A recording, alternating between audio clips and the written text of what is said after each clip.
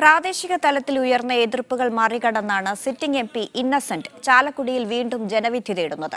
യുഡിഎഫിന്റെ സീറ്റ് തിരിച്ചുപിടിക്കാൻ സംസ്ഥാന സെക്രട്ടേറിയറ്റ് അംഗം പി രാജീവിനെയാണ് സിപിഎം എറണാകുളത്ത് സ്ഥാനാർത്ഥിയാക്കിയത്. രാജ്യസഭയിലെ മികച്ച പ്രകടനം വോട്ടാക്കി മാറ്റാമെന്ന പ്രതീക്ഷയിലാണ് സിപിഎം.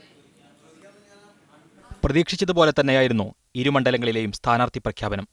ഇന്നസെന്റ് വീണ്ടും സ്ഥാനാർത്ഥിയാകുന്നതിൽ മണ്ഡലം കമ്മിറ്റിയിൽ എതിർപ്പുണ്ടായിരുന്നു. ഇത് മറികടന്നാണ് ഇന്നസെന്റ് വീണ്ടും സ്ഥാനാർത്ഥിയാവുന്നത്. കഴിഞ്ഞ പ്രാവശ്യം തെരഞ്ഞെടുപ്പിൽ നിൽക്കുമ്പോൾ ഞാൻ ഒരിക്കലും ഇന്ന കാര്യം ചെയ്യാം എന്ന് ഞാൻ പറഞ്ഞിട്ടില്ല. അതുപോലെ തന്നെ ഇന്നതൊക്കെ ഞാൻ ചെയ്തു എന്നും ഞാൻ പറഞ്ഞിട്ടില്ല. പക്ഷെ ഇപ്പോ അങ്ങനെയല്ല, കുറെ കാര്യങ്ങളൊക്കെ നമ്മൾ ചെയ്തിട്ടുണ്ട്. യുഡിഎഫ് സിറ്റിംഗ് മണ്ഡലം തിരിച്ചുപിടിക്കാൻ ഉറപ്പിച്ചാണ് പി രാജീവിനെ ഇടതുമുന്നണി രംഗത്തിറക്കിയിരിക്കുന്നത്. രാജ്യസഭയിലെ പി രാജീവിന്റെ മികച്ച പ്രകടനം വോട്ടായി മാറുമെന്നാണ് ഇടതുമുന്നണിയുടെ പ്രതീക്ഷ. ഈ മണ്ഡലം വളരെ സുപരിചിതമായിട്ടുള്ള മണ്ഡലമാണ്.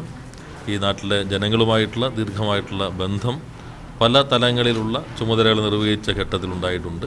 ഈ മണ്ഡലത്തിൽ വിജയിക്കുന്നതിനാവശ്യമായ പ്രവർത്തനങ്ങളിൽ ഏർപ്പെടാനാണ് ശ്രമിക്കുന്നത്. യുഡിഎഫ് സ്ഥാനാർത്ഥി പ്രഖ്യാപനം കഴിഞ്ഞാലേ ഇരുമണ്ഡലങ്ങളുടെയും ചിത്രം കൂടുതൽ വ്യക്തമാകൂ. എന്നാൽ രണ്ടു മണ്ഡലങ്ങളിലും മത്സരം കനക്കുമെന്ന് തന്നെയാണ് പ്രതീക്ഷിക്കുന്നത്. മീഡിയ 1, കൊച്ചി.